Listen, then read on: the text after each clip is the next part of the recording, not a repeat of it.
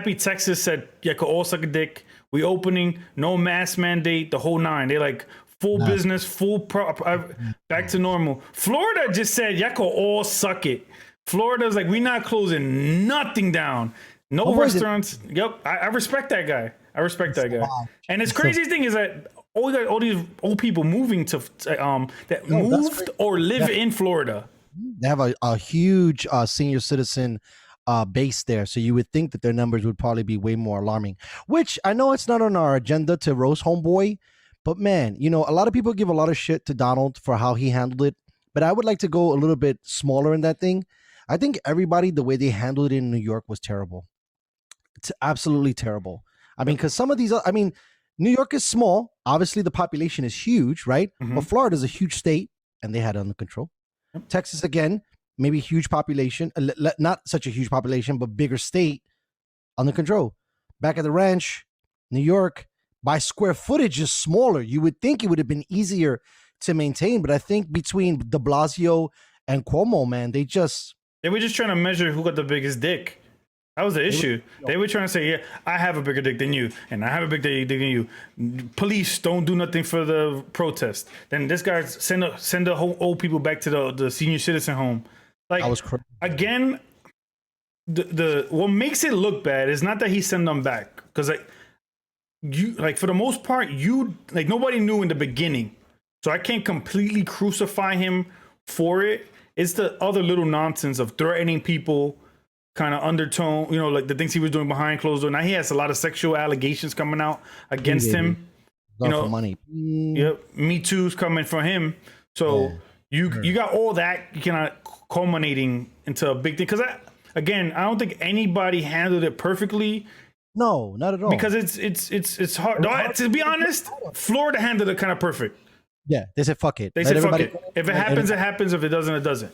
So people in New York, since he was trying to appeal to the base, and the base of people were going to hold him accountable, and he got scared and panicked, I think. You're talking about NYC guys, right? NYC guys. So I think he came through, like, because he was doing a press conference every day at 11 o'clock. Everybody thought he was he was next in line for 2024 president of the United States, because he was, you know, saying the numbers, saying this and saying that. And it came off as a show when you look back at it overall. It was like a show now. I was upset that, like, first of all, we got people technically dying, right? We got people in Ziploc bags just tossed in the street, tossed in the back of trucks, being mass burials, right? And you making jokes with your brother on TV. I'm like, bro, this is not a sitcom. This is real life shit. And I thought it was silly.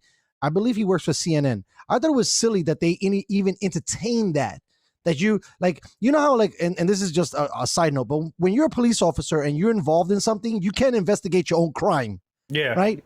Why would you be able to, like, interview your brother? They should have got someone else so it looked like it was, you know, at least fair. Because your brother, I mean, shit, if I was interviewing you, I'm going to tee you up.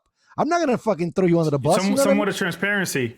Yeah, there's no way he's not going to be real and asking him hard questions when they're brothers, right? Like, I'm not going to make my brother look bad. I'm going to make my brother look the best, especially if you're talking about he's going to be on the 2024 ticket. We got to make this motherfucker look golden. Now, coming back to the situation, we realize that, of course, sexual allegations, I'm not surprised. It seems like everybody has a mistress. We need to come to grips with this, ladies and gentlemen. Politicians, they have multiple sex situations going on. Now, is that okay? Is not okay? That's not the issue. The issue is that that's going on. But my thing was more alarming was that he was fudging numbers. You can't be doing that shit. That's the issue. Those numbers, then that means who else was fudging numbers, right? Because New York is supposed to be the epicenter of the world, and if dudes are in charge of lying there, then the dudes in charge could be lying everywhere, right? And that's a little scary. That you telling me only 15,000 died, but maybe it was more like 30 or higher, and we'll probably never get to the bottom of that, because in this country we can't, like, go after politicians. Politicians don't go to jail, no matter what they do. They just lose their seat or they can't run again. It's almost like they get a bulletproof vest, but once the bulletproof vest is used, it's like a fucking parachute. They could bail out. And I thought that many things Trump did right, many things Trump did wrong, right? We're not going to measure what the list was. I thought that instead of him doing it by a state-to-state and local basis, this was when the United States needed to step in and say, no, we're doing it our way. right? Because then everybody started fighting for supplies. Everybody started lying. I think that was probably something that sent this country more into pandemonium.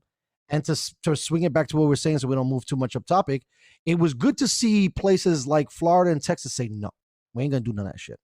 We're gonna do what we think is best, and what's best is not social distancing and more mask. We're gonna do herd immunity, and we're gonna see what happens, because those were the only two places that really, executed on that front. And it's sad because it's always the red states. It's mostly always the red states. Like, everybody wants to talk shit about Republicans and white people, but that's some bullshit. If you use your brain and have logic, it's easy to make smart decisions, and that's what they did. And I respect them for doing that. They did it the right way. They looked at evidence. There's been evidence of older like pandemics or certain outbreaks where they didn't shut everything down. Because when they shut everything down, they noticed that when you shut everything down, everybody's home, everybody's on top of each other. If you're especially in the cities, you live in apartment buildings, and everybody's gonna be home, as opposed to when a regular work day, when everybody's out doing what they got to do. Kids are in school. You have everybody on top of each other and touching doors, freaking elevators, handrails, staircases.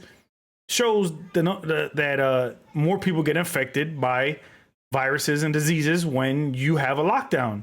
So it hasn't shown what people want it to be. It wasn't that. Now, if the numbers bared, hey, if you get this virus, there's a 50% chance you're gonna die. I think that's when it calls for concern. Like, yo, everybody needs to isolate and quarantine. But that wasn't the issue. It was 90. You got the virus. You were 99.9999% sure to survive the virus. And it's unfortunate, and I don't want it to sound callous or sound like we don't care about people who lost people to this virus. But that's just what it is. People were going to die to maybe the flu, or they were going to die to the regular common cold, or they were going to die to a heat stroke. Like, those are things that are just going to happen. And people got to just live with that. And it sucks that it comes across that way, but that's the only way we ever going to move forward as a society. Well, I thought also too an interesting situation was too is like, okay, so now we only care about people that die of COVID, right? What about vehicular manslaughter? What about murder? What about all these other things that people die from? And it's almost like all those numbers take a back seat. And I know that COVID was obviously fast acting, but I also do believe that the medical fields should have been held accountable too. Obviously, we have realized, that ventilators weren't saving people's lives. They were killing them. Everybody was banging on their chest like, we need ventilators. We need ventilators. Like, what? Obviously, that hurt us more than it helped us. I mean, we had poor Elon Musk talking to people in China, trying to fucking switch his whole automated field to try to build these things. And this is what was killing us. So, like I said, back again, not to lose sight of what we're saying,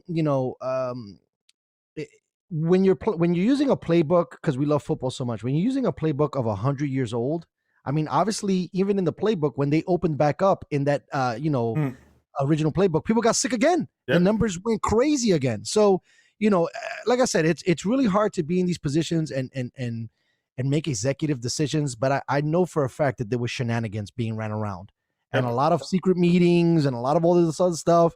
And we're here using tough words to describe the situation, but I'm sure that there was people in charge that didn't even care what they were doing. They were just trying to protect their own. But hopefully, this thing seems to be coming back around. So